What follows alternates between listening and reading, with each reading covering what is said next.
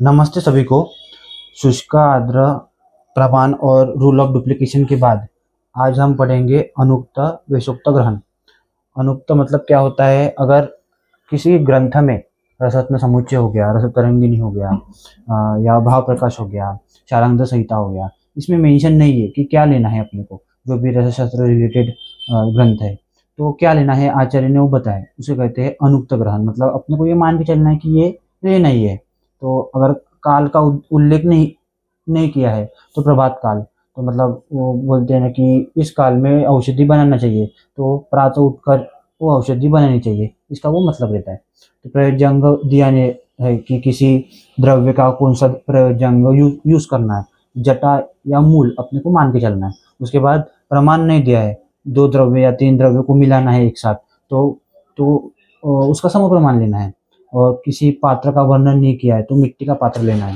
उसके बाद द्रव्य द्रव्य का बताया नहीं कि कौन सा द्रव्य लेना है, कि तेल लेना है, पानी लेना है, दूध लेना है, तो अपने को मान के चलना है कि वह पानी ही है।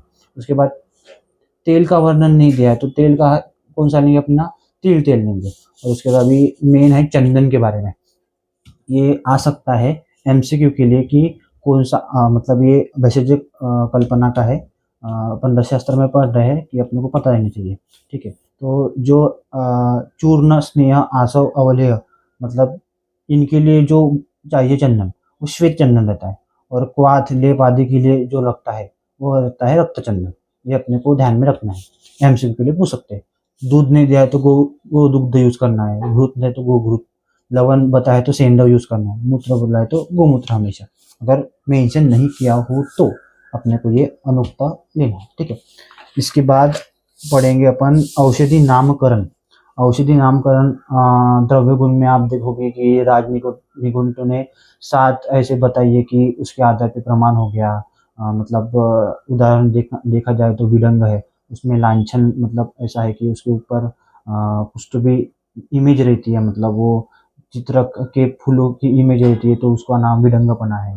तो कुंभिग्न कैसे नाम पड़ा है, ऐसे रहता है। तो औषधि के नामकरण कैसे, तो ये 12 पॉइंट है। पेपर में तो आता, मतलब मुश्किल से आता है क्वेश्चन, पर आया तो अपने को पता रहना चाहिए कि किस किस से पॉइंट के आधार पे नाम रखा गया है। जैसे प्रथम घटक, अपन जो मतलब प्रथम जो चीज डालते हैं किसी औषधि बनाने में, उसके आधार पे भी नाम पड़ता है। जैसे रासनादिक्वात हो गया, चित्रकादिवटी, तो चित्रक डालता है डाला जाता है उसमें पहले, और रासना डाला जाता है क्वात में। तो आदि मतलब अन्य घटक तो है, पर पहला घटक जो लेते हैं अपन, उसके आधार पे उसका नाम पड़ता है।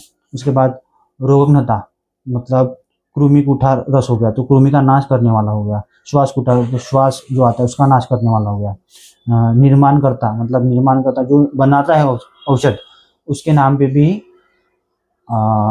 जो औषधि है उसका नाम पड़ता है। जैसे अगस्त्य हृत्यक हो गया, लवण भास्कर चूर्ण हो गया। ठीक है, उसके बाद सेवन करता है जो खाता है, उसके आधार पे भी नाम गिर सकता है। तो च्यवनप्राश अवलेह हो गया, बाल चतुर्भद्र रस हो गया। उसके बाद औषधि के गुण प्रभाव के आधार पे चंद्र प्रभावटी हो गई, आरोग्यवर्धिनी वटी। अपने को इसमें से बस एग्जाम्पल याद रखने हैं कि अगर आता तो बहुत मिनिमम चांसेस है, पर अपने को एक बार तो भी पता रहनी चाहिए कि अरे हाँ, इससे ये होता है वह। ठीक है, काल नक्षत्र ऋतु के अनुसार होता है। पुष्यान्नुक चूर्ण हो गया। स्वरूप के आधार पर कज्जली परपटी आदि, कज्जली कैसे एकदम काली काजल समान होती है वैसे। प्रथम घटक के आधार पर, मतलब प्रधान घटक जो रहता है उसमें, प्रथम नहीं सॉरी, प्रधान घटक के आधार पर जो है, तो गंधक रसायन हो गया, योगराज गुगुल हो गया। इसमें गंधक और गुगुल ये मेन है, इसलिए उसके आधार पे नाम गिरा। ठीक है, गूगल कल्पता आपको पता है, जो 50% के ऊपर अगर गूगल रहा तो उसको गूगल कल्प बोलते हैं। ठीक है, ठीक है। उसके बाद घटक द्रव्य, घटक द्रव्य की संख्या के अनुसार, मतलब हिंगवाष्टक, उसमें 8 घटक रहते हैं, इसलिए हिंगवाष्टक चूर्ण हो गया।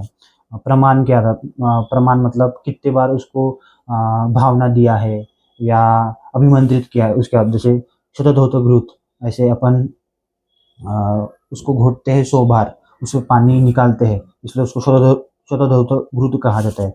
देवता के अस्त्र के नाम पर भी औषधि का नाम होता है, जैसे सुदर्शन चूर्ण। ठीक है, इसमें गूगल है, गूगल का अपना सिलेबस में अभी नहीं है, पर पहले के सिलेबस में था वो इम्पोर्टेंट है, क्योंकि अपन योगराज गूगल हो गया, गुरुजी घन हो गया, अमृतोत्तर गूगल हो गया, ऐसे बनाते हैं गूगल। और गूगल को गूगल कल्प क्यों बोलते हैं, ऐसा क्वेश्चन मेरे को एक बार वाइवा में पूछा था। तो तब मेरे को मतलब मैंने ऐसे ही बोल दिया था कि उसमें गूगल ज़्यादा होता है। तो मैडम ने फिर पूछा कि कितना परसेंट ज़्यादा होता है, तो अपने को आना चाहिए कि 50% के ऊपर होता है, वो गूगल कल्प होता है। नहीं तो अलग अलग चीज़ों में भी गूगल होता है, तो उसको अपन क्यों नहीं बोलते गूगल, ऐसा भी क्वेश्चन पूछते हैं। तो अपने को याद रहना चाहिए कि 50% के ऊपर अगर गूगल रहा तो उसको गूगल कल्प बोलते हैं। ठीक है, ये टॉपिक यहाँ ख़त्म होता है। यहाँ से एक आध MCQ बना तो बना, नहीं तो नहीं बनता। स्क्रीनशॉट आप ले सकते हो। और बस आपको ये 12 पॉइंट पता रहनी चाहिए कि इसके आधार पर होता है नामकरण। ठीक है, धन्यवाद। अगले इसमें मिलेंगे आप, तब तक के लिए थैंक यू।